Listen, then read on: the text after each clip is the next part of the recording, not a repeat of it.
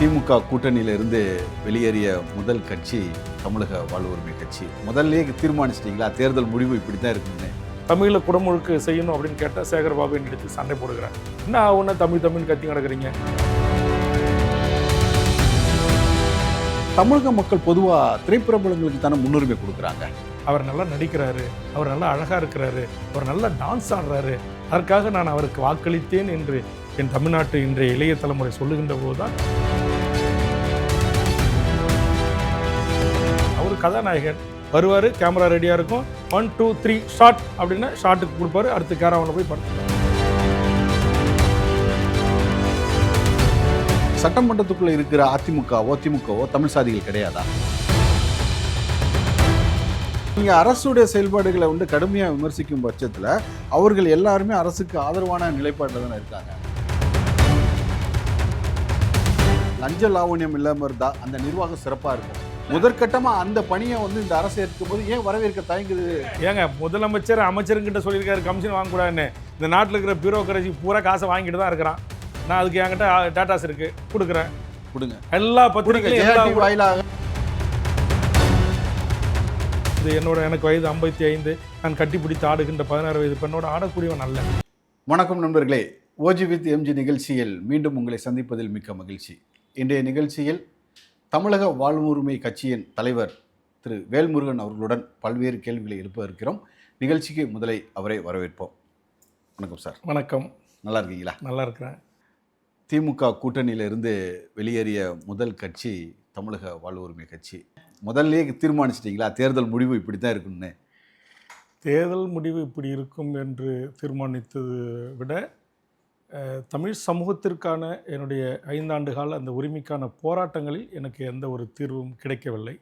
அதை குறித்து எனக்கு மிகப்பெரிய ஒரு வருத்தம் இருந்தது. அதனாலும் தொடர்ந்து திமுகவினுடைய சில முக்கிய தலைவர்கள் கூட்டணி கட்சிகளை நடத்திய விதங்கள் இவற்றின் மீதான ஒரு அதிருப்தியும் நான் முதலில் வெளியேறுவதற்கு காரணமாக அமைந்தது. அதற்கு பிறகு மற்ற கட்சிகள் வெளியேறி இருக்கின்றன. ஒரு சீட்டு இல்லை நீங்கள் கேட்டால் 2 சீட்டு கொடுத்துருந்தேன் அப்படின்னா கண்டிப்பாக நீங்கள் போட்டிட்டு இருப்பீங்கல்ல? இல்லை, நான் இந்த தேர்தலை பொறுத்தவரையில் நான் சீட்டுக்காக மட்டுமே இந்த கூட்டணியில் தொடர வேண்டும் என்பதற்கு நான் இல்லை. நான் உங்களுக்கு தெரியும் அண்ணா அறிவாலயத்தில் திமுக தலைவரோட இந்த 2 கட்ட பேச்சுவார்த்தைகளை நடத்திவிட்டு வெளியில் பத்திரிகையாளர்கள் சந்திப்பில் ஒவ்வொரு முறையும் பதிவு செய்திருக்கிறேன். எனக்கு என் தமிழ் சமூகத்தின் வாழ்வுரிமைக்கான சிக்கல்களை குறித்தான கோரிக்கைகள் தான் பிரதானம். அதுபோன்று இங்கே மொழி சிதைவை குறித்து நான் தட்டி கேட்டேன். கலைஞர் ஆட்சியில் இருக்கும்போது அப்போல்லாம் பார்த்திங்கன்னா கோவில்களில் தமிழிலும் அர்ச்சனை செய்யப்படும் இருந்துச்சு. நான் உடனே எழுச்சி கேட்டேன், என்ன தமிழின தலைவரை நீங்கள் உங்கள் ஆட்சியில் உங்கள் காலத்தில் தமிழிலும் அர்ச்சனை செய்யப்படும்னா தமிழ் அந்தளவுக்கு இழிவானதா அப்படின்னு கேட்டால் உடனே அதை மாற்றுவதற்கு உத்தரவிட்டார்கள். ஆனால் இவங்க ஆட்சியில் தமிழில் குடமுழுக்கு செய்யணும் அப்படின்னு கேட்டால் சேகர்பாபு இடத்தில் சண்டை போடுகிறேன். என்ன ஒன்று தமிழ் கத்தி கிடக்குறீங்க. யார் தமிழில் அர்ச்சனை செஞ்சால் விரும்புவாங்க? ஒருத்தவங்க கூட கோயிலுக்கு வர மாட்டாங்க, உங்களுக்கு தெரியுமா அப்படின்ற மோதலில் சாதிவாரி கணக்கெடுப்பு நடத்துங்க அப்படின்னா அதற்கு ஒரு விகண்டாவாதம் பேசுகிறது பொன்முடி போன்றவர்கள். அப்போ இது என் 5 ஆண்டு காலம். அப்போ அந்த 5 வருஷமும் தமிழர் நலன் சார்ந்த பிரச்சனைகளுக்கு திமுக எதிராக தான் இருந்திருக்காங்களா? நான் சொன்ன இந்த பிரதான கோரிக்கைகளை எதுவும் அவர்கள் நிறைவேற்றவில்லை. ஆக அந்த அடிப்படையில் இவர்கள் நாம் வைத்த எந்த தமிழர் தமிழ்நாட்டுக்குரிய எந்த நியாயமான கோரிக்கைகளையும் நிறைவேற்றவில்லை. இப்போ தமிழக வேலை தமிழருக்கே அப்படின்றத ஒரு அரசாணை வெளியிடலாம், செய்யலை. ஆனால் இவர்கள் நான் உயர்நீதிமன்றத்தின் மூலமாக ஒரு உத்தரவை பெற்றேன், அந்த உத்தரவை கூட இவர் நடைமுறைப்படுத்தலை. அதாவது தமிழ் வழியில் படித்தவர்களுக்கு 20% தமிழ்நாட்டு இளைஞர்களுக்கு வேலைவாய்ப்பில் முன்னுரிமை தரணும். அது கடந்த பல ஆண்டுகளாக தமிழ்நாட்டில் அது நடைபெறலை. இதற்காக நான் மதுரை உயர்நீதிமன்றத்தில் ஒரு வழக்கை தொடுத்து அந்த வழக்கிலே நீதியரசர் இப்போ இருக்கிற புகழேந்தியும் ஓய்வு பெற்ற கிருபாகரன் அவர்களும் உத்தரவிட்ட பிறகு காவல்துறையில் டைரக்டர் ஆய்வாளர் என்ற பணிக்கு உதவி ஆய்வாளர் பணிக்கு தந்தார்கள். ஆனால் மற்ற துறைகளில் இதுவரையிலும் அது நடைபெறப்படவில்லை. அப்போ நான் என்ன சொன்னேன், தமிழ்நாட்டை தாயகமாக கொண்டிருக்கணும், தாய்மொழி தமிழாக கொண்டிருக்கணும், இவர்களுக்கு தமிழக வேலைகளில் உரிய முன்னுரிமை அளிக்கப்பட வேண்டும் என்கிற ஒரு அரசு ஆணை போடுங்க அப்படின்னு சொன்னேன். அதை கூட கடைசி வரைக்கும் திமுக அரசு போடலை. அதுக்கு மாறாக என்ன சொன்னாங்கன்னா, டிஎன்பிசி தேர்வுகளில் தமிழ் வழியில் தேர்ச்சி பெற்றிருக்கணும், அதுக்கு குறைந்தபட்ச மதிப்பெண்ணாக 40 மதிப்பெண்ணை நிர்ணயிக்கிறோன்ற ஒரு சின்ன எனக்கு ஆறுதலான ஒரு உத்தரவை மட்டும் பிறப்பித்து விட்டு மற்ற ஏனைய விடங்களிலிருந்து திமுக அரசு தப்பித்து கொண்டது. நீங்க சொன்ன லிஸ்ட் பெரிய லிஸ்டா இருக்கு. பெரிய 5 ஆண்டு காலமா இந்த கோரிக்கைகளை ஒருவேளை திமுக அரசு, அப்போது இருந்த திமுக அரசு செவிசாய்த்திருந்தால் அது வெற்றி பெற்றிருக்கும் நம்புறீங்க? கண்டிப்பாக திமுக அரசு அந்த கோரிக்கைகளை நிறைவேற்றியிருந்தால் இன்றைக்கி திமுக தான் ஆட்சியில் இருக்கும். இன்றைக்கி தமிழ்நாட்டில் 27 இடங்களுக்கு மேல் நாங்கள் தனியாக ஒரு கூட்டணி அமைத்து டாக்டர் கிருஷ்ணசாமி அவர்களுடன் ஒரு தொகுதி உடன்படிக்கை வைத்து நாங்கள் ஏற்படுத்தி கொண்ட அந்த தொகுதி உடன்படிக்கையின் அடிப்படையில் சில கட்சிகளோடு நான் தேர்தலை சந்தித்த போது நாங்கள் 100 வாக்குகளிலிருந்து அதிகபட்சம் 15,000 ஓட்டு, 12,000 ஓட்டு, 8,000 ஓட்டு வாங்கியிருக்கிறோம், 10,000 ஓட்டு. அந்த வாக்குகள் தான் திமுகவை ஆட்சி கட்டிலிருந்து இறக்கியிருக்கிறது. நீங்கள் இன்றைக்கே போய் டேட்டாஸ் எடுத்து பாருங்கள். நாங்கள் வாங்கின இந்த வாக்குகள் வந்து பெரிய ஒரு 20 லட்சம் ஓட்டு, 10 லட்சம் ஓட்டு இல்லாமல் இருக்கலாம். ஆனால் நாங்கள் வாங்கின சில லட்சம் வாக்குகள் தான் இன்றைக்கு திமுகவை ஆட்சி கட்டிலிருந்து இறக்கியிருக்கிறது. 2 கட்சி தோல்விக்கான காரணத்தை சொன்னீங்க. கிட்டத்தட்ட ஒரு 50 வருஷம் தமிழக அரசியல் களத்தில் வந்து மாறி மாறி ஆட்சி செஞ்ச கட்சிகள் திமுக, அதிமுக. இந்த 2 கட்சிகளுமே பலவீனம் அடைஞ்சு வர்றதை தமிழ் தேசிய கட்சிகள் எப்படி பார்க்குது? இல்லை, எங்களுக்கு இந்த 2 கட்சிகள் பலவீனம் அடைந்து வருகிற சூழலில் இப்போ எங்களை போன்றவர்களையோ அல்லது மற்ற தமிழர் உரிமைக்காக போராடுகின்ற அரசியல் கட்சிகளையோ பலம் அடைந்தால் அது வரவேற்புக்குரியது. இப்போ உதாரணத்துக்கு நாம் தமிழர் கட்சி, பாட்டாளி மக்கள் கட்சி, இன்னும் இருக்கிற பல அரசியல் கட்சிகள் இருக்கிறார்கள். ஆக தமிழர் உரிமைக்காக, சமூக நீதிக்காக போராடுகின்ற அரசியல் கட்சிகள் பலம் அடைந்தால் அது வரவேற்புக்குரியது. ஆனால் இங்கு எந்தவித புரிதலும் இல்லாமல் கட்சி ஆரம்பித்த ஒரு 2 ஆண்டுகள் முழுமையடையாத ஒரு சினிமாவில் மட்டுமே பிம்பமாக கட்டி எழுப்பப்பட்ட ஒருவரை தமிழக மக்கள் ஏற்றுக்கொண்டு வாக்களித்திருப்பது தான் ஏற்புடையதல்ல. இன்னும் அவர்கள் இந்த மக்களுக்கான பணி செய்வதற்கான வாய்ப்புகளை வழங்கி இந்த மண்ணுக்கான மக்களுக்கான போராட்டங்களை பங்கெடுத்து அதனூடாக அந்த மக்கள் நமக்காக போராடுகின்ற அரசியல் கட்சி, நமக்காக சிறை செல்கின்றவர்கள், நமக்காக தன்னை வரித்து கொள்கின்ற தலைவர்களாக இவர்கள் இருக்கிறார்கள் என்று ஆய்ந்து அறிந்து மக்கள் வாக்களித்து தேர்வு செய்திருக்க வேண்டும் என்பதுதான் என்னுடைய பார்வை. பல்வேறு போராட்ட களத்தை கண்டவர் வந்து வேல்முருகன் அவர்கள். ஆனால் 40 வருஷ பொது வாழ்க்கையும் சரி, தனிப்பட்ட முறையில் ஒரு கட்சி ஆரம்பித்து இந்த 15 வருஷங்களுக்கு தமிழக நலன் சார்ந்து, மொழி சார்ந்து பல்வேறு பிரச்சனைகளுக்கு நீங்கள் களத்தில் இறங்கி போராட்டம் பண்ணாலும் அந்த டோல்கேட் வேல்முருகன்ற பேர் தான் ரொம்ப பிரபலமாக இருக்குது. இதை எப்படி பார்க்குறீங்க? அது வந்து ஒன்றிய அரசினுடைய ஆதிக்க பிரைவேட் என்று சொல்லக்கூடிய தனியார் கார்ப்பரேட் பெரும் நிறுவனங்களுக்கு எதிராக தமிழ்நாட்டு மக்களிடம் மிகப்பெரிய ஒரு கோபம் இருந்தது. இந்த கோபத்தின் வெளிப்பாடு தான் அந்த போராட்டம். அந்த வெளிப்பாட்டின் ஊடாக நான் அறியப்பட்டிருக்கிறேன். அதனால் இன்றைக்கி தமிழ்நாடு முழுவதும் பார்க்குற பொதுமக்கள் டோல்கேட் வேல்முருகன்ற கூட ஒரு பட்டப்பேரை எனக்கு தந்தார்கள். நான் ஒரு விதத்தில் ஆதிக்க பன்னாட்டு பணக்கார கார்ப்பரேட் பெரும் நிறுவனங்களை எதிர்த்து தமிழ்நாட்டில் இருக்கிற நூற்றுக்கணக்கான அரசியல் கட்சிகள் போராட முன்வராத போது, அவர்கள் பெரும் முதலாளிகளை பகைத்து கொள்ள தயங்கிய போது துணிந்து பகைத்து கொண்டேன், துணிந்து இந்த போராட்டத்தை முன்னெடுத்தேன். அதன் விளைவாக இன்றைக்கி தமிழ்நாட்டில் பல சுங்கச்சாவடிகள் அகற்றப்பட்டிருக்கின்றன. சில சட்டத்துக்கு புறம்பாக இயங்கி வருகின்ற சுங்கச்சாவடிகளும் அகற்றுவோம் என்று இன்றைக்கு அரசே ஒரு கொள்கை முடிவெடுத்து அறிவிப்பு செய்கின்ற அளவில் என் போராட்டங்களின் அழுத்தம் அரசுக்கு சென்றிருக்கிறது. இப்போ அசெம்பிளியில் வந்து நேரடியாக லைவ் பண்ணுறாங்க. இந்த மாதிரியான சூழலில் நீங்கள் அசெம்பிளியில் இல்லாததை எப்படி ஃபீல் பண்ணுறீங்க? உண்மையிலேயே வந்து இன்றைக்கு இது நேரடி ஒளிபரப்பின் ஊடாக நான் கடந்த 15 ஆண்டுகள் 3 முறை சட்டப்பேரவை உறுப்பினராக இருந்து பணியாற்றுகின்ற போது நான் எடுத்து வைத்த கருத்துக்கள், ஆலோசனைகளை தமிழக மக்கள் பார்த்திருப்பார்கள், அவர்கள் செவிகளுக்கு சென்று சேர்ந்திருக்கும் என்று சொன்னால் நிச்சயம் இன்றைக்கி தமிழக வாழ்வுரிமை கட்சி தமிழ்நாட்டை ஒரு ஆளுகின்ற ஒரு அரசாங்க கட்சியாக இருந்திருக்கும். நாங்களாம் இரவு பகல் முழுவதுமாக படிப்போம்.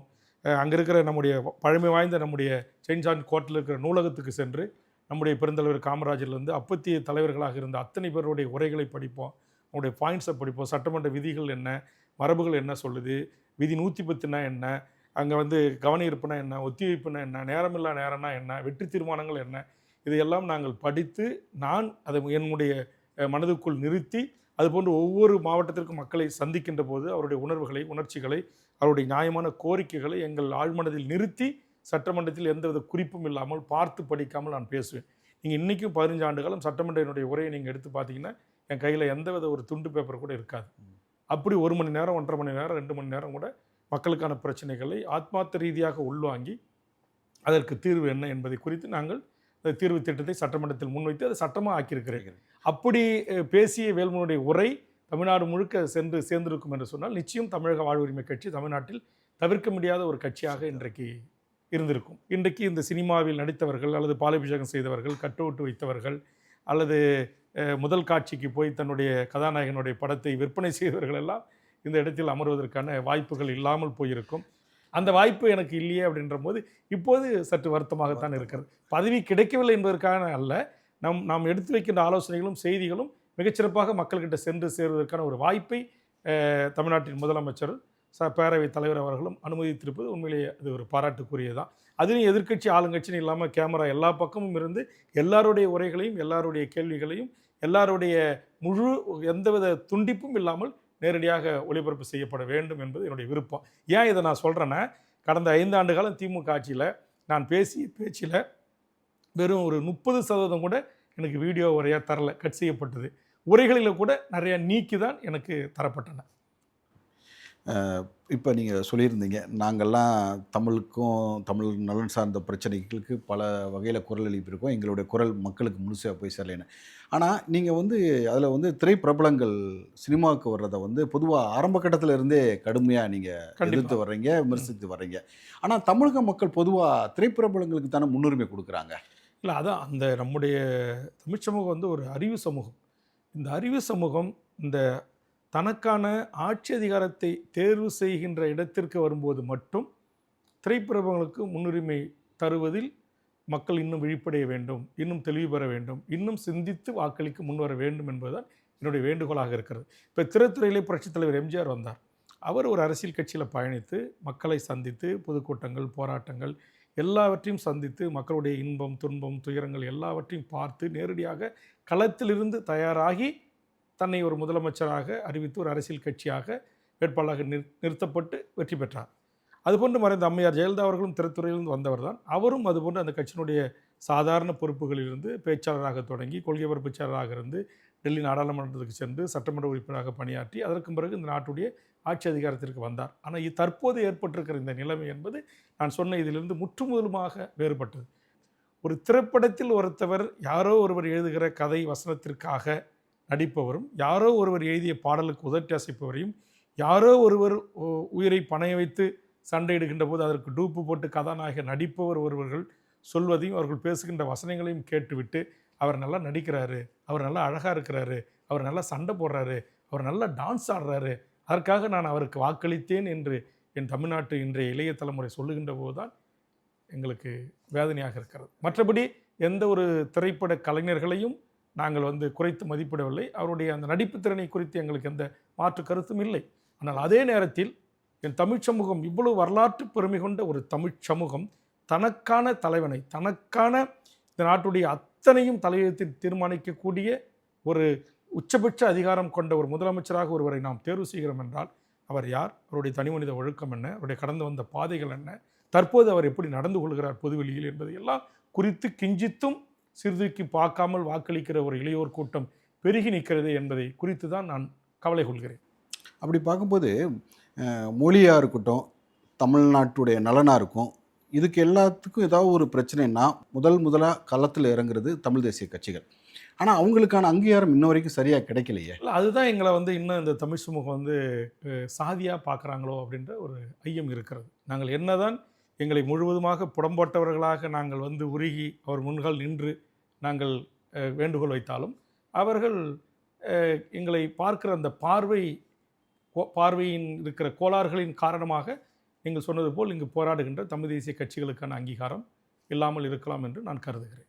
இதை உடைக்க வேண்டும், இது உடைபட வேண்டும் என்று விரும்பித்தான் அதற்கான சில முன்னெடுப்புகளை நான் தற்போது எடுத்து வருகிறேன். நீங்கள் சமீபத்தில் கூட்டத்தில் கூட சாதி அமைப்புகள் தானே அங்கே பிரதிபலிச்சது? இல்லை, அவங்க வந்து அவர்கள் தமிழர்கள், தமிழ் நிலத்துக்கு உரியவர்கள், அவர்கள் ஒரு சாதிய சமூகத்தில் பிறந்தார்கள் என்பதற்காக அவர்களை சாதி கட்சி என்று நாம் குத்திவிட முடியாது.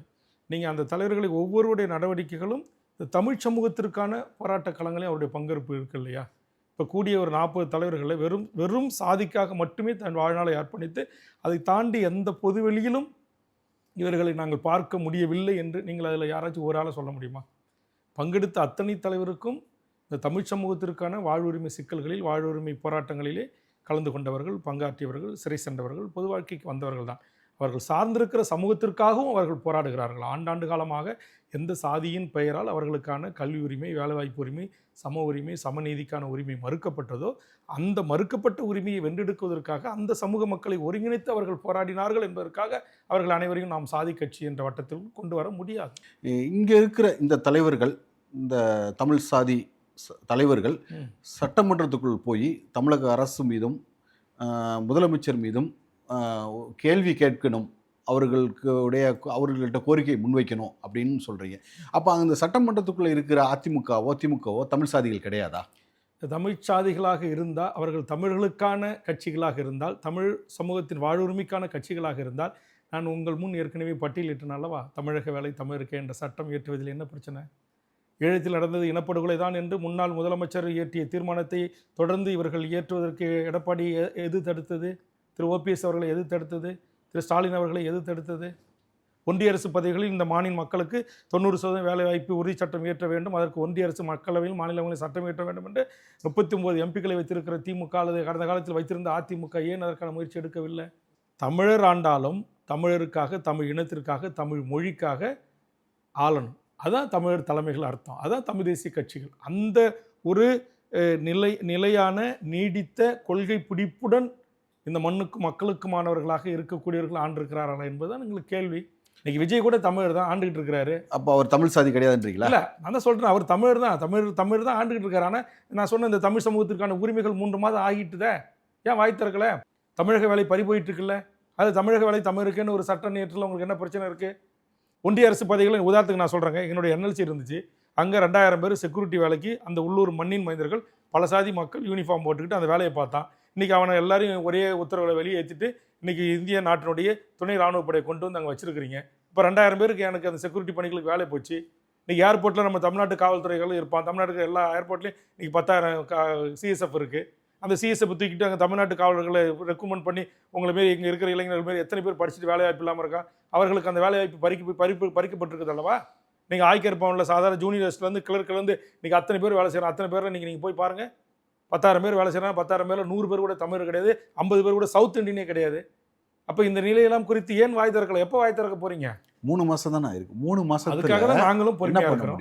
3 மாதம் ஆச்சு. இல்லை, பிரச்சனை வந்திருக்கும் போது அதுக்கு தனி தீர்மானம். சரி, இப்போ நான் உங்ககிட்ட கேட்குறேன், நீங்கள் ஜெயா டிவியின் சார்பாக நடிகர் விஜய் அவர்களை சந்தித்து ஒரு பேட்டி எடுத்து இப்போ என்கிட்ட வாங்கி தர கேட்குற மாதிரி கேட்டு ஒரு உரிமொழி வாங்கி கொடுங்களா? 3 மாதம் தான் வந்திருக்கு வேல்முருகன், கொஞ்சம் பொறுமையாக இருங்க, 5 வருஷம் இருக்குது, நான் இந்த தீர்மானத்தை நிறைவேற்றேன், தமிழக வேலை தமிழகன்னு சட்டம் ஏற்றேன், ஒன்றிய அரசு பதவிகளை 100% சொல்லுங்க. 4வது தூணாக உங்களை நாங்கள் மதிக்கிறோம். சட்டமன்றத்தில் உங்களுக்கு எம்எல்ஏக்களுக்கு நிகராக, ஐஏஎஸ் ஐபிஎஸ் அதிகாரிகளுக்கு நிகராக மாநிலத்தில் அமர வைக்கின்ற அந்த மாண்புக்குரிய 4வது தூணை என்றைக்காவது 3 மாத காலத்தில் அவர் சந்தித்திருக்கிறாரா? கட்சி தொடங்கி அல்லது இந்த 2 ஆண்டு காலத்தில் சந்தித்திருக்கிறாரா? கூட்டணி கட்சி தலைவர்களை அனைவரும் வாருங்கள், நான் முதலாக கூட்டணி கட்சி தலைவர்களோடு ஒரு கூட்டம் நடத்த போகிறேன், வாருங்கள் என்று அழைத்தார்கள். அழைத்த உடனே ஓடோடி போனார்கள். மாணிக்க தாகூர்கள், திருமால் வளவன்கள், முத்தரசன்கள், வீரபாண்டியன்கள் போய் கூட்டம் முடிந்த பிறகு ஒன்றாக நின்று ஒரு கையை தூக்கி நம்ம ஒற்றுமையை உலகத்துக்கு காண்போம் என்று சொன்னபோது இல்லை இதுக்கெல்லாம் நான் வர முடியாது, எனக்கு நேரம் இல்லை என்று ஓடோடி பனையூரில் படுத்துக் கொண்டவர் தான் இந்த நாட்டுடைய முதலமைச்சர் அவர்கள். இத்தனை 41 பேர் செத்து போன போது விமான நிலையத்தை துரத்தி பத்திரிகையாளர்கள் ஒரே ஒரு கேள்விக்கு பதிலை கேட்பதற்கு முயற்சித்தீர்களே, முடிந்தது அவங்களால்? அப்போ இந்த நாட்டுடைய மக்களுடைய பிரச்சனைகளுக்குரிய தீர்வை குறித்து பத்திரிகையாளர்களோடு கலந்துரையாடுவதில், அவரோடு பேசுவதில் உங்களுக்கு என்ன பிரச்சனை இருக்கிறது? பேசாம செயல் அவர் காட்டலாம் நினைச்சிருக்கேன். என்ன செயலை காட்டினார்? பதில் சொல்லுங்க. ஒவ்வொரு மாவட்டங்களின் கூட்டங்களிலே போய் உணர்ச்சிகரமாக ஆரோக்கியமாக தன்னுடைய ஸ்கிரிப்டை பார்த்து படித்து அப்படியே வெளிப்படுத்தினார். எமோஷனலா அப்படி சொன்ன மகளிருக்கான 2,500 ரூபா கொடுத்துட்டாரா? மாணவர்களுக்கான 4,000 ரூபா கொடுத்துட்டாரா? என்ன திட்டங்களை நடைமுறைப்படுத்தியிருக்கார்? தேர்தலிலே கொடுத்த வாக்குறுதிகளில் என்ன நடந்திருக்கிறது? நான் ஆட்சிக்கு வந்தால் இங்கே தேனாரும் பாலாரும் ஓடுன்னு சொன்னாரா இல்லையா? விவசாயிகளுக்கு அறிவித்த ஊக்கத்தொகை வழங்கப்பட்டிருக்கிறதா? சிறு குறு கடன் தள்ளுபடி செய்யப்பட்டிருக்கிறதா? விவசாய நிலங்களை கையகப்படுத்த மாட்டேன் என்று சொன்னார். இவர் ஆட்சி பொறுப்பேற்ற பிறகுதான் கடந்த 3 நாட்களுக்கு முன்பாக என்எல்சி நிலத்தை பல்லாயிரக்கணக்கான விவசாய நிலங்களை வீடுகளை இடித்து தரமட்டமாக்கி கையகப்படுத்துவதற்கு தனியாக ஒரு டிஆர்ஓ என்கிற டிஸ்ட்ரிக்ட் ரெவன்யூ ஆஃபீஸரை நியமனம் செய்து விவசாயிகளது நிலத்தை பறிப்பதற்கு உத்தரவிட்டிருக்க கையகப்பட்டிருக்கிறார் நாட்டுடைய முதலமைச்சர் விஜய். பரந்தூரில் விமான நிலையம் வராது என்று அறிவித்தீர்களே, இன்றைக்கு மாற்று திட்டமாக இன்றைக்கு கெமிக்கல் இண்டஸ்ட்ரீஸ், பன்னாட்டு பணக்கார மிகப்பெரிய தொழில் பூங்காக்களை உருவாக்கப் போவதாக இன்றைக்கு பேசிக் கொள்கிறார்களே, அதை குறித்து உங்கள் வாய் திறந்து அதற்குரிய தீர்வை நீங்கள் அறிவிக்க தயாராக இருக்கிறீர்களா? உதயநிதி ஸ்டாலின் நீட்டு எங்கள் ஆட்சிக்கு வந்தால் அதுக்கு எங்கள்கிட்ட தீர்வு இருக்கிறது என்று நீங்களும் சொன்னீர்கள். இப்போ உங்களிடத்தில் தீர்வு என்ன? 3 மாதம் ஆகிவிட்டது. இதோ என்னுடைய தமிழக வாழ்வுரிமை கட்சி அலுவலகத்தில் திருவள்ளுவர் இல்லத்தில் 12 நாட்களாக உண்ணாநோன்பு இருந்து இன்றைக்கு அங்கு மாணவர்கள் போராடி கொண்டிருக்கிறார்களே, அவர்களை வந்து சந்தித்து ஒரு ஆறுதலாக நான் கண்டிப்பாக அதை நிறைவேற்றி தருகிறேன், நேரடியாக ஒரு வாக்குறுதி கொடுத்து உண்ணாவிரதை முடிப்பதற்கு நீங்கள் எடுத்த முயற்சி என்ன? டயலாக் பேசுறீங்க இங்க மேடையில், உயிரை வச்சு போராடிட்டு இருக்கான். போனீங்களா? நீட்டுக்கு இருக்க குளறுபடிகளை கண்டித்து, கொஸ்டின் பேப்பர் வெளியானதை கண்டித்து, காக்ரோச் கட்சியினால் தொடங்கப்பட்ட போராட்டம் வெடித்தது, காவல்துறை அத்துமீறி நடந்து கொண்டது, கிளஸ்டர் குண்டுகள் வீசப்பட்டிருக்கின்றன, AK-47 பயன்படுத்தி ஒரு மாநிலத்தில் போராடிய மாணவர்கள் மீது துப்பாக்கி சூடு நடந்திருக்கிறது. அது குறித்து நாட்டுடைய முதலமைச்சராக ஒரு சக மனிதனாக ஒரு மாணவ பருவத்தில் இருந்து அரசியலுக்கு வந்து துறைத்துறைக்கு வந்து இன்றைக்கு முதலமைச்சராக உயர்ந்திருக்கிற நீங்கள் இப்படி மாணவர்கள் மீது அதிகார துஷ்பிரயோகத்தை நான் கண்டிக்கிறேன் என்று ஒரே ஒரு வார்த்தை திருவாய் மலர்ந்திருப்பீர்களா? நாட்டுடைய ஒன்றிய அரசு கொண்டு வருகின்ற மோசமான சட்டங்களை குறித்து, திட்டங்களை குறித்து ஆட்சிக்கு வந்த 3 மாதத்தில் ஒரே ஒரு எதிர்வினை ஆற்றியிருப்பீர்களா? உங்கள் கட்சி ஒரு போராட்டங்களை அறிவித்திருக்கிறதா? இதற்கெல்லாம் உங்ககிட்ட என்ன பதில் இருக்கு? தாவேக அரசு ஆட்சிக்கு வந்து 100 நாட்கள் ஆகுது. நீங்கள் குறைகள் பல சொல்லியிருக்கீங்க, சுட்டி காட்டியிருக்கீங்க. தாவேக அரசு கொண்டு வந்த நல்ல திட்டங்கள்னு உங்களால் நீங்கள் பட்டியலிடுங்க. இன்னைக்கு ஜெயா டிவி என்கிட்ட இந்த 100 நாளில் 100 நல்ல திட்டங்களை இன்னைக்கு வந்து தமிழ்நாட்டுக்கு இந்த நடிகர் விஜயினுடைய முதலமைச்சராக பொறுப்பேற்ற பிறகு செய்திருக்கிறார். நீங்கள் சொல்லுங்கள், நான் அதை ஏற்கிறேன் இல்லை மறுக்கிறேன். லஞ்ச லாவணியத்தை பொதுவாக குறைச்சிருக்காங்க அப்படிங்கிற லஞ்ச லாவணி எங்க மந்திரிங்க வாங்கக்கூடாதுன்னு சொல்லியிருக்கிறாரு.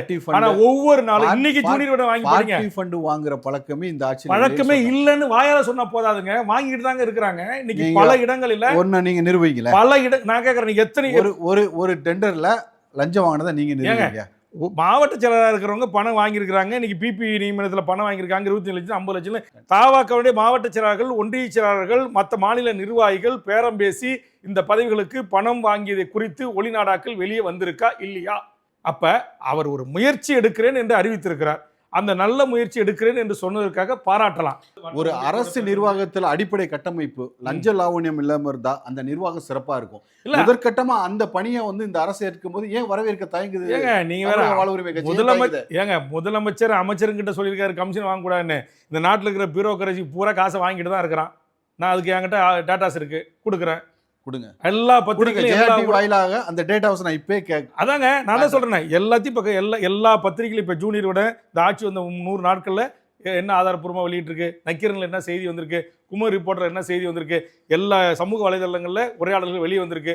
இத்தனை ரிப்போர்ட் இருக்கு. சமூக வலைதளங்களை திறந்தாலே போன்ல பேசுறது, அசிங்கமா பேசுறது, திட்டுறது, காசு கேட்கறது, இதான் நடந்துட்டு இருக்கு சார். எல்லா ஆட்சியிலுமே கட்சியில் இருக்கிற நிர்வாகிகள் செய்யற சிறு சரி ஒரே ஒரு உதாரணங்க.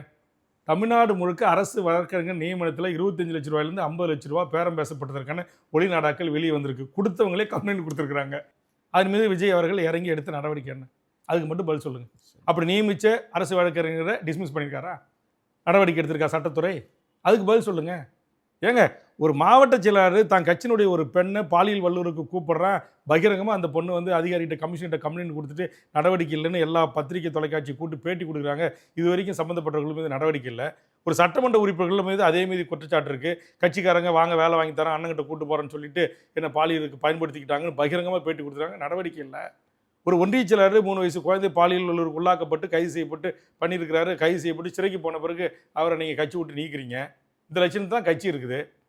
அதாவது ஊழலை ஒழிப்பேன்னு சொல்ல முன்னுரிங்கன்னா அதை நாங்கள் வரவேற்கிறோம், இல்லைன்னு சொல்ல வரல. அதுக்காக இந்த 3 மாதத்தில் ஊழலே நடக்கலை, லஞ்சம் வாங்கினாரா, பார்த்தீங்களா, ஆதாரம் இருக்கான? ஆதாரம் தான் சமூக வலைதளங்களில் கொட்டி கிடக்குது.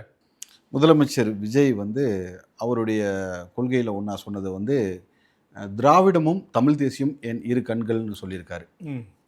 தமிழ் தேசிய கட்சியான திரு வேல்முருகன் அவர்கள் இந்த கருத்துக்கு ஒத்து போகிறாரா?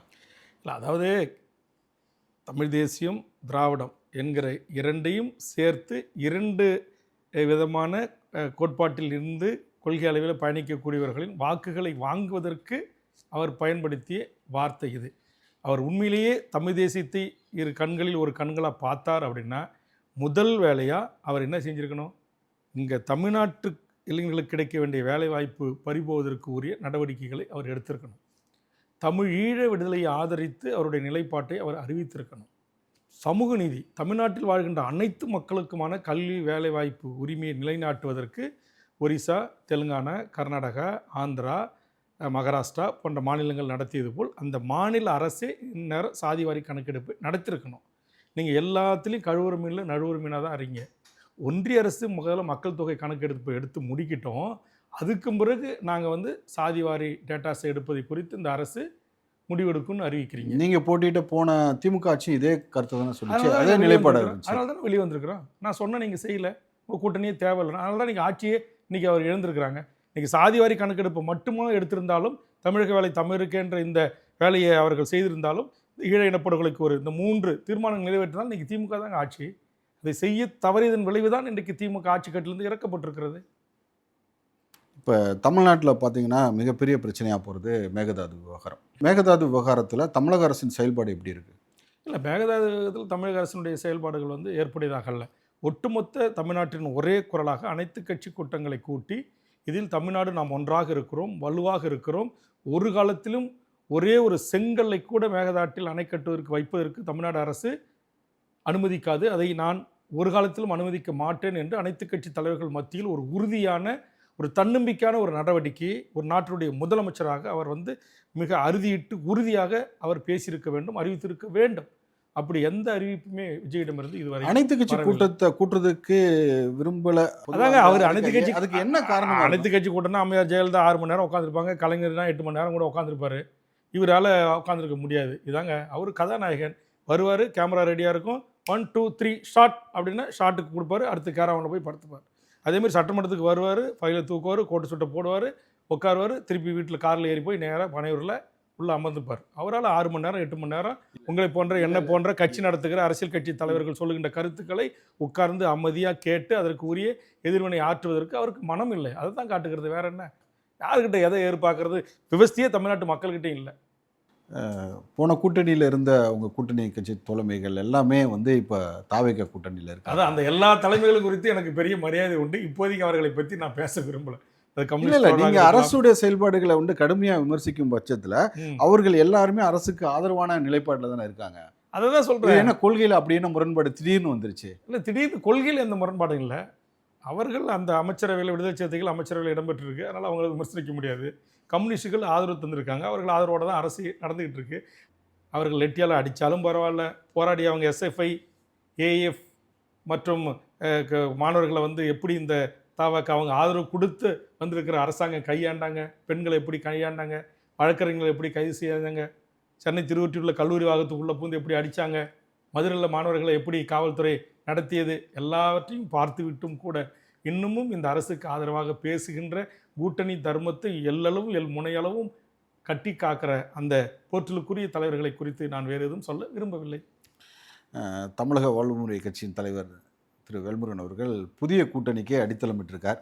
இந்த கூட்டணி எப்படி கரை சேர வாய்ப்பு இருக்கா? இல்லை, இது கூட்டணி கரை சேரலை, அதை பற்றி நான் கவலைப்படலை. நான் என்னுடைய ஆதங்கத்தை, என்னுடைய வலிகளை, என்னுடைய வேதனைகளை நான் தெரிவித்தேன்.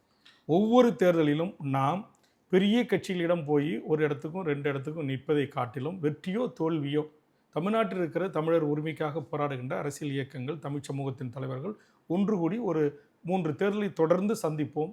ஏன்னா இப்போ திருமாவளவன், கம்யூனிஸ்டுகள், விஜயகாந்த் உடைய ஒரு கூட்டணி உருவானாங்க. ஒரே தேர்தலில் அது கலைந்து அடுத்தது தனித்தனி ஆளுக்கு ஒரு கூட்டணி போயிட்டாங்க. அந்தமாரி இல்லாமல் வெற்றியோ தோல்வியோ நம்ம ஒரு குடையின் கீழ் ஒற்றுமையாக நின்று மக்களை சந்திப்போம் வாருங்கள் என்று ஒரு வேண்டுகோள் வைத்தாங்க. அதில் டாக்டர் கிருஷ்ணசாமி போன்றவர்களுக்கு உடன்பாடு இருக்கலாம், இல்லாமல் இருக்கலாம். திரு சீமான் அவர்களுக்கு உடன்பாடு இருக்கலாம், இல்லாமல் இருக்கலாம். ஆனால் நான் என்னுடைய பாட்டாளி மக்கள் கட்சி உடன்பாடு இருக்கலாம், இல்லாமல் இருக்கலாம். ஏன்னா அவங்க பாரதிய ஜனதா கூட்டணியில் இருக்கிறாங்க.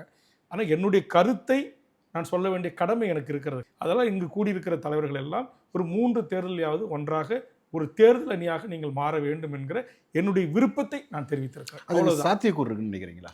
அது காலம்தான் அதற்கான மருந்து. நீங்கள் அந்த கூட்டத்தில் கூட சொல்லியிருந்தீங்க, நாம் தமிழர் கட்சி தலைவர் திரு சீமான் அவர்கள் வந்து கூட்டணிக்கு தலைமை ஏற்க ஏற்கனவே அழைச்சிருந்தேன். இல்லை, இந்த கூட்டம் ஒரு பல தலைவர்கள் இருக்கும் பட்சத்தில் அந்த கூட்டத்தில் அழைப்பு விடுத்தது ஒரு சிறப்பு தானே. அப்படி நீங்கள் அழைப்பு விடுக்கும் பட்சத்தில் அவர் இதுவரைக்கும் களம் கண்ட தேர்தல் எல்லாமே தனித்து தான் போட்டியிருக்காரு. அவர் அந்த கூட்டணிக்கு தலைமை ஏற்பார்ன்ற நம்பிக்கை திரு வேல்முருகன் சார் அவர்களுக்கு இருக்கு? அப்படி இல்லை. நம்ம வந்து அவர் இப்போ 5க்கு மேற்பட்ட தேர்தல்களில் தனியாக நின்று தோல்வி மட்டும்தான் தழுவியிருக்கிறார். ஆனால் அவருடைய உழைப்பு என்பதும் அவர் கட்சி தொண்டர்களுடைய உழைப்பும் என்பதும் அபரிமானது. ஆக அந்த உழைப்புக்குரிய அங்கீகாரம் இல்லாமல் இருக்கிறது. அதற்கு காரணம் நாம் தனித்தனியாக இருப்பது. அதனால் குறைந்தபட்சம் இன்றைக்கு வந்திருக்கிற இந்த கட்சிகளாவது ஒரு தேர்தலில் நாம் ஒன்றாக நின்று தேர்தலை சந்தித்தால் நிச்சயம் அதற்கான பலன் கிடைக்கும். ஆதலால் திரு செந்தமிழ் சீமான் அவர்களை நீங்கள் எதிர்காலத்தில் இதை நீங்கள் பரிசீலிக்க வேண்டும் என்று சொன்னேன். ஏற்கனவே நீங்கள் தலைமையேற்று கூட நாம் ஒரு அணியை கட்டலாம் வாருங்கள் என்று நான் அழைத்தேன். அதற்கு ஐயா மணியரசன் போன்ற தமிழ் தேசிய தலைவர்கள் கூட பேச்சுவார்த்தையில் என்னோடு ஈடுபட்டார்கள் என்று அதை நான் சுட்டிக்காட்டி பேசினேன். இறுதியாக ஒரு கேள்வி. தமிழகத்தில் இப்போ 2 டிவிக்கு 2 வருஷம் முன்னாடி வந்த டிவிக்கு ஆட்சி அமைச்சிருச்சு. தமிழக வாழ்வுரிமை கட்சி எப்போ ஆட்சி அமைக்கும்? எங்களுக்கு அரசியல் அதிகாரத்தை கைப்பற்ற வேண்டும் என்பதை காட்டிலும் மறுக்கப்படுகின்ற எமது பறிக்கப்படுகின்ற உரிமைகளுக்காக தமிழர் நிலத்தில் சாதி மத கட்சி எல்லைகளை கடந்து என் தமிழ்ச் சமூகத்தின் தலைமைகளை, என் தமிழ்ச் சமூகத்தின் இளையோரை ஒருங்கிணைத்து ஒரு குடையின் கீழ் நின்று போராடி இந்த போராட்டத்தின் வலிமையின் ஊடாக எமக்கான உரிமைகளை வென்றெடுப்பதற்கான மக்களை, இளைஞர்களை, மாணவர்களை தயார்படுத்துகின்ற களப்பணி எனக்கு பிடிக்கும். அதை செய்து கொண்டிருக்கிறேன். இந்த 15 ஆண்டுகளாக தமிழக வாழ்வுரிமை கட்சி என்று சொல்லக்கூடிய நீங்கள் சொன்ன இந்த முதல் தொடங்கப்பட்ட இந்த டிவிக்கு என்னெல்லாம் இந்த சமூகத்திற்கு செய்திருக்கிறது, எதுக்கெல்லாம் போராடி இருக்கிறார் வேல்முருகன், எத்தனை முறை சிறைக்கு சென்றிருக்கிறான் என்பதை இந்த இளைய தலைமுறை சென்று பார்த்து விட்டு வாங்க. நான் அரிதாரம் பூசிய நடிகன் அல்ல. எனக்கு உதட்ட ரசித்து பாட்டு பாட தெரியாது. நான் அரிதாரம் பூசிக்கொண்டு எந்த இளம் வயது எனக்கு வயது 55 நான் கட்டிப்பிடித்து ஆடுகின்ற 16 வயது பெண்ணோடு ஆடக்கூடியவன் அல்ல. நான் இந்த மக்களுக்காக ரத்தம் சிந்திருக்கிறேன்.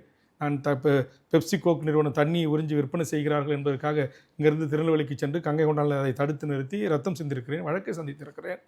நான் அரசியல் பதவிகளை குறித்து கிஞ்சித்தும் கவலை கொள்ளவில்லை. வாய்ப்பும் சந்தர்ப்பமும் சூழ்நிலையும் கிடைக்கப்பெறும் என்று சொன்னால், இப்போது நான் வைத்த வேண்டுகோள் போன்று ஏற்றுக்கொள்ளப்படும் என்று சொன்னால், அப்படி ஒரு வாய்ப்பு அமையப்பெறும் என்று சொன்னால் அதை பயன்படுத்தி சட்டமன்ற நாடாளுமன்ற உறுப்பினர்களாக உள்ளாட்சி பிரதிநிதிகளாக வருவதற்கான வாய்ப்பை நாங்கள் பயன்படுத்தி கொள்ளுவோம். ஒருவேளை அதற்கான வாய்ப்பு இல்லை என்று சொன்னால் மிக மனநிறைவோடு மகிழ்ச்சியோடு இந்த மண்ணுக்கான மக்களுக்கான போராட்ட களத்தில் எங்கள் வாழ்வை முழுவதுமாக அர்ப்பணித்துக் கொள்வோம், எந்தவித எதிர்பார்ப்பும் இல்லாமல். பல்வேறு கேள்விகளுக்கு மிகவும் பொறுமையாக பதிலளித்த திரு வேல்முருகன் சார், உங்களுக்கு மீண்டும் ஒரு முறை நன்றி. நீண்ட நாட்களுக்கு பிறகு ஜெயா தொலைக்காட்சியினூடாக தமிழக மக்களிடத்தில் என்னுடைய கருத்துக்கள் சென்று சேர்வதற்கான நெல் வாய்ப்பு வழங்கிய தங்கள் நிறுவனத்திற்கும் தங்களுக்கும் தங்கள் தொலைக்காட்சியில் பணி செய்கின்ற அனைத்து ஊழியர்களுக்கும் நெஞ்சார்ந்த நன்றி. வணக்கம். நண்பர்களே, மற்றொரு நிகழ்ச்சியில் மீண்டும் சந்திப்போம். வணக்கம்.